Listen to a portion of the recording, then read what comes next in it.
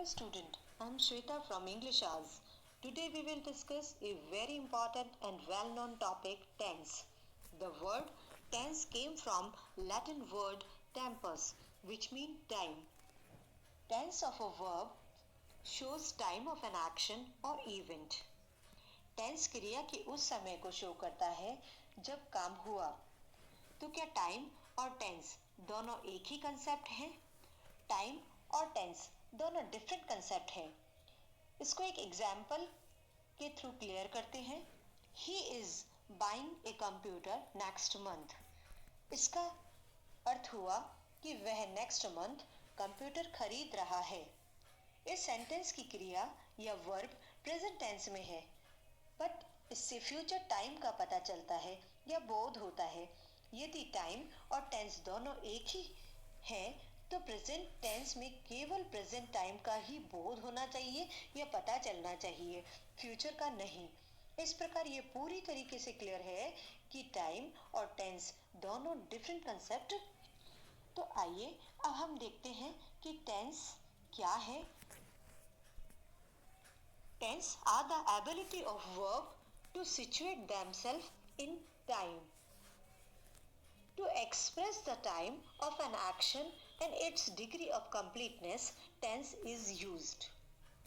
क्रिया का वह रूप जिससे कार्य के समय का पता चले। और हम इसको क्लियर करते हैं। वर्ब के जिस रूप से किसी कार्य या घटना के घटित होने के समय तथा कार्य की स्थिति का बोध होता है, उसे टेंस कहते हैं। Tense is a process of sentence formation which different forms of the verb are used in different sentence according to the number and person of the subject. This is attached with the form of the verbs used in different time of action. अब हम यहाँ पे कुछ example देखते हैं। First, I play badminton. मैं badminton खेलता हूँ। I played badminton. मैं बैडमिंटन खेलता था। I will play badminton.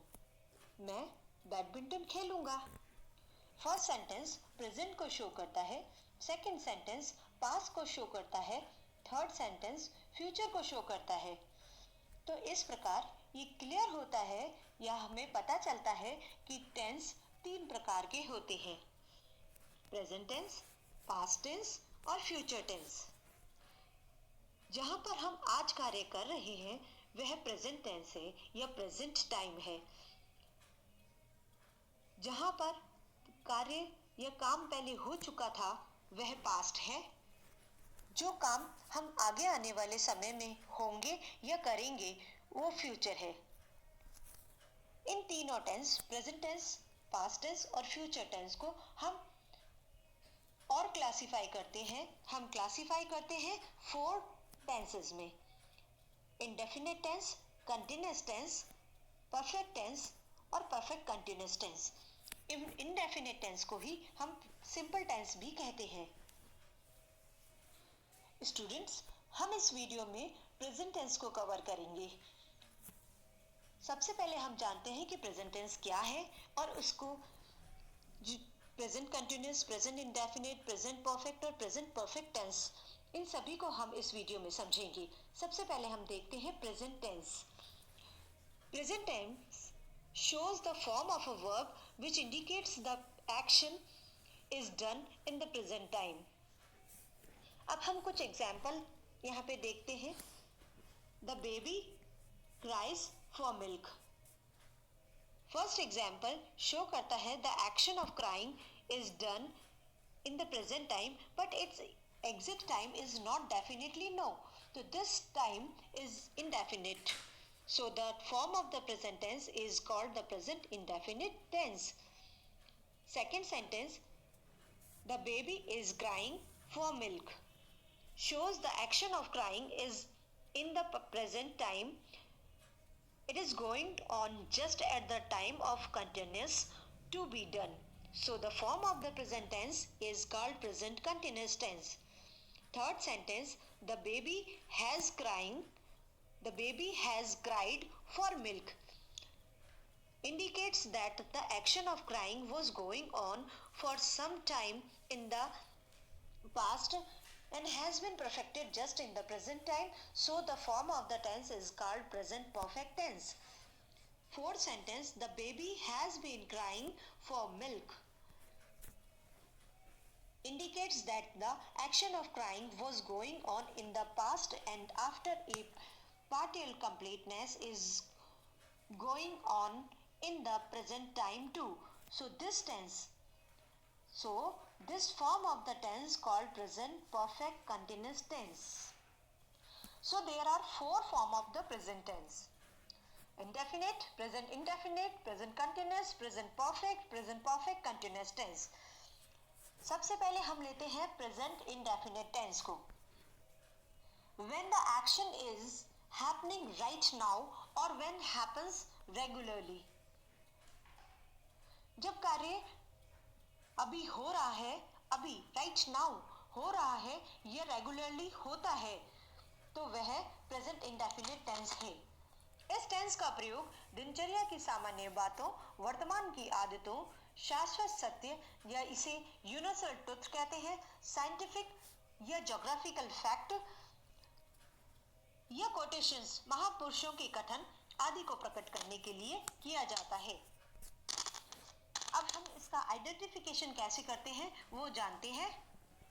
Indefinite tense की आइडेंटिफिकेशन. फर्स्ट, हिंदी वाक्य के अंत में ता है, ते है, ती है आदि शब्दों का प्रयोग किया जाता है. जैसे वह खाता है, वह जाता है.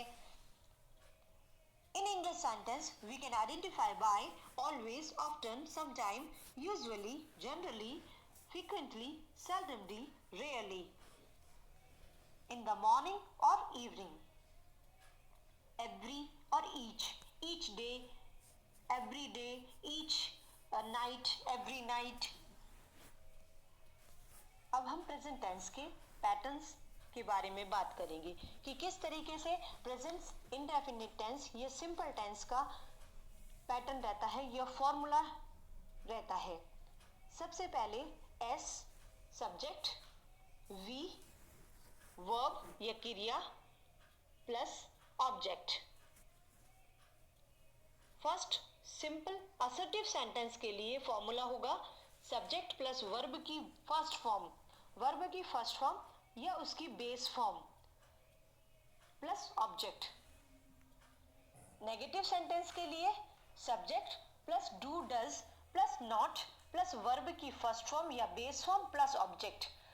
इंट्रोगेटिव सेंटेंस या प्रश्नवाचक वाक्य के लिए do does plus subject plus verb की base form plus object. Interrogative negative या प्रश्नवाचक नकारात्मक वाक्य के लिए do does plus subject plus not plus verb की फर्स्ट फॉर्म या बेस फॉर्म प्लस ऑब्जेक्ट. अब हम ये एग्जाम्पल देखते हैं. I go to school daily, I do not go to school daily. Do I go to school daily, do I not go to school daily. अब present indefinite के कुछ important rules के बारे में हम यहाँ बात करते हैं.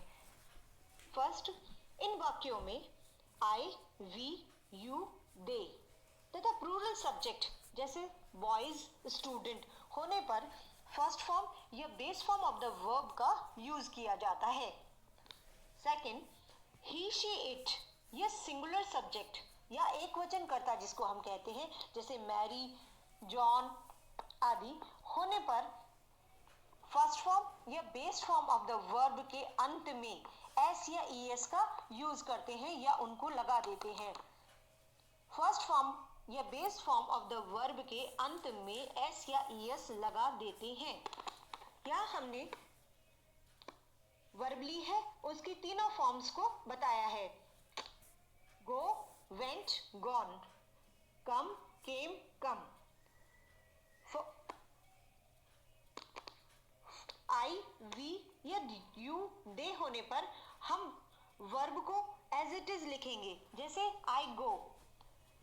लेकिन जब ही, शी, इट या सिंगुलर सब्जेक्ट होता है तो हमें एस या ईएस लगाना है, तो ही गोज ईएस लगा देते हैं हम. प्रेजेंट इंडेफिनिट टेंस के यूजेस, जो यूज हम कहाँ कहाँ करते हैं उनके ऊपर बात करते हैं। First, to express universal truth, the sun rises in the east. Second, to express permanent work for nature, I live in Patna. To express a habitual action, she always comes late. Next, to express historical events and facts, India becomes free in 1947. Next, to express newspaper headlines, Dr. APJ Abdul Kalam takes oath. To express commentary and series of events, Tendulkar begs for run more. Next, अब हम बात करते हैं present continuous tense के लिए। Present continuous tense, an action which is being continued और in the near future. इसे present progressive tense भी कहते हैं।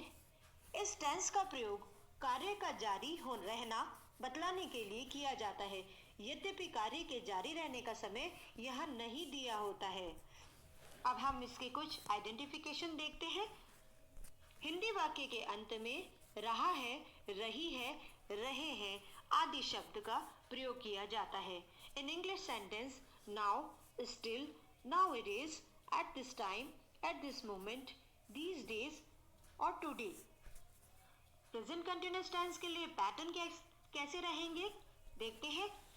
असर्टिव सेंटेंस के लिए या अफर्मेटिव सेंटेंस के लिए subject plus is, am, are, helping verb या ऑक्सिलरीज वर्ब के रूप में यूज किए जाते हैं, प्लस वर्ब की बेस फॉर्म या first form, plus ING, plus object.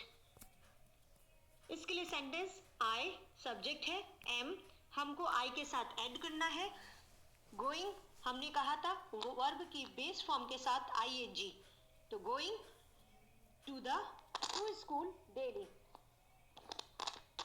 Next, negative sentence के लिए subject plus is, am, are plus not plus verb की फर्स्ट फॉर्म या बेस फॉर्म के साथ ING plus object. Sentence, I am not going to school daily. Next, interrogative sentence के लिए is, am, are plus subject plus verb की base form के साथ ING plus object.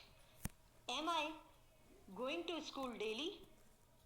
Next, interrogative negative sentence के लिए is, am, are plus subject plus not plus verb की first form या base form के साथ ING plus object. Am I not going to school daily. अब हम प्रेजेंट कंटिन्यूअस टेंस के कुछ रूल्स को समझते हैं। फर्स्ट, आई सब्जेक्ट के साथ एम का यूज होता है। सेकेंड, यू, वी, दे और प्लूरल सब्जेक्ट होने पर आर का यूज होता है। Third, he, she, it and singular subject के साथ इज का यूज होता है। With all subject after auxiliaries verb we use main verb plus ING. अब हम इसके यूजेस को डिस्कस करते हैं। First, to express temporary action in the present. Second, to express action happening at the time of speaking. Third, to express persistent actions. Fourth, to express action in the progress but necessary at the time of speaking. अब हम इसके कुछ example discuss करते हैं। First, he is writing a letter. Second, he is not writing a letter. Third, is he writing a letter? Next, is he not writing a letter? कुछ और example discuss करते हैं। All of the students are sitting and talking. Next, Ritu is studying in her room. She is always asking questions. Next, Pakistan is facing earthquake. अब हम present perfect tense की बात करते हैं। Present perfect tense is a verb tense used to express action that occurred at a non-specific time. The present perfect tense is also used to express actions that started in the past but continue to the present. इस tense का प्रयोग ऐसे कार्य को प्रदर्शित करने के लिए होता है जो पास्ट में पूरा हुआ हो किंतु फ्यूचर में उसका इफेक्ट दिखाई दे। अब हम इसके आइडेंटिफिकेशन को देखते हैं। हिंदी वाक्य के अंत में चुका है, चुकी है और चुके हैं, चुके हो आदि शब्द आते हैं। इंग्लिश सेंटेंस में already, just, yet, recently, lately, so far, this week, month, year आदि शब्द आते हैं या उनका इफेक्ट आता है। अब हम इसके फॉर्मूले या पैटर्न देखते हैं। सबसे पहले अफर्मेटिव सेंटेंस के लिए subject plus has have plus verb की third form plus object. Negative sentence के लिए subject plus has have plus not plus verb की third form plus object. Interrogative sentence के लिए has have plus subject plus verb की third form plus object. Interrogative negative sentence के लिए has have plus subject plus not plus verb की third form plus object. अब हम कुछ इसके इंपॉर्टेंट रूल्स के बारे में जानते हैं। आई, वी, यू, दे और प्लूरल सब्जेक्ट आदि होने पर हैव का यूज किया जाता है। ही, शी, इट और सिंगुलर सब्जेक्ट होने पर हैज का यूज किया जाता है। सभी सब्जेक्ट के साथ ऑक्सिलरी वर्ब्स के बाद बेस फॉर्म या मेन वर्ब की थर्ड फॉर्म का यूज होता है। अब इसके यूजेस कहाँ होते हैं? First, to express action that have been completed but whose effect continues. Second, to express action completed recently. Next, to express action started in the past and continue up to the present moment. Next, to express news of recent events. अब हम इसके कुछ example देखते हैं। First, I have taken my lunch. I have just received the letter.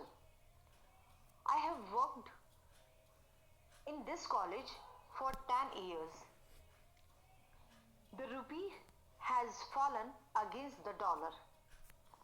अब हम बात करते हैं प्रेजेंट परफेक्ट कंटिन्यूअस टेंस की। Present perfect continuous tense, also known as the present perfect progressive tense, shows that something started in the present past and is continuing at the present time.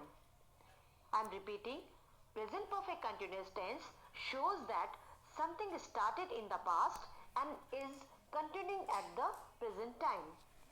इस tense का प्रयोग past से या past में प्रारंभ होकर present तक चल रहे उस कार्य के लिए होता है जिसमें निरंतरता या रेगुलरिटी का भाव प्रमुख हो। Identification of the present perfect continuous tense, Hindi वाक्यों के अंत में रहा है, रही है, रहे हैं आदि शब्द आते हैं। नेक्स्ट, यहाँ समय का संकेत, ये बहुत इंपॉर्टेंट चीज है स्टूडेंट्स। यहाँ समय का या टाइम का इंडिकेशन जो है वो दिया होता है कि वर्क कब शुरू हुआ या कितने समय से चल रहा है। नेक्स्ट, अंग्रेजी वाक्य के अंत में फॉर पीरियड ऑफ टाइम और सिंस पॉइंट ऑफ टाइम दिया होता है। अब हम इसके पैटर्न या फॉर्मूले को देखते हैं। सबसे पहले first number, subject has have plus been plus verb की फर्स्ट फॉर्म के साथ ING plus object plus for since plus time. Negative sentence के लिए subject has have plus not plus been plus verb की फर्स्ट फॉर्म के साथ ING plus object plus for since plus time. Interrogative sentence के लिए has have plus subject plus been plus verb की first form के साथ ING plus object plus for since plus time. Interrogative negative sentences के लिए has have plus subject plus not plus been plus verb की first form के साथ ING plus object plus for since plus time. अब हम इसके कुछ important rules के बारे में जानते हैं। इन वाक्यों में आई, वी, यू, दे तथा प्लूरल सब्जेक्ट्स होने पर हैज बीन, ऑक्सिलरीज वर्ब या हेल्पिंग वर्ब का यूज किया जाता है। ही, शी, इट तथा सिंगुलर सब्जेक्ट होने पर हैज का यूज किया जाता है, हैज बीन का यूज किया जाता है। सभी सब्जेक्ट के साथ ऑक्सिलरी वर्ब के बाद ING form of the verb का यूज करते हैं। कार्य की शुरुआत निश्चित समय, पॉइंट ऑफ टाइम के पहले सिंस का और समय की अवधि, पीरियड ऑफ टाइम अर्थात अनिश्चित समय के पहले फॉर का यूज होता है। अब हम पॉइंट ऑफ टाइम और पीरियड ऑफ टाइम की तरफ एक बार देखते हैं। Point of time, since Monday, since birth, since morning, since March 15, 2021, since July, since 8 o'clock, period of time for 2 minutes, for many days, for 3 days, for 3 months, for 4 hours, for 4 years, for a few weeks, for a long time, for long, forever। अब हम इसके uses की तरफ एक बार देखते हैं। To express action started in the past and is still going on and may extend into the future। कार्य जो पास्ट में प्रारंभ होकर फ्यूचर में जारी है और भविष्य में भी इसके जारी होने की संभावना हो या है। Example, I have been living in Patna since 1986। She has been waiting you for 3 hours। अब हम इसके कुछ एग्जाम्पल भी देखते हैं।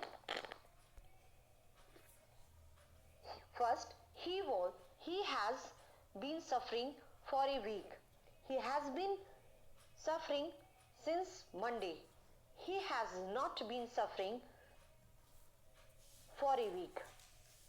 He has been suffering, has he been suffering for a week? Has he not been suffering for a week? I hope you like the video. Thank you for watching.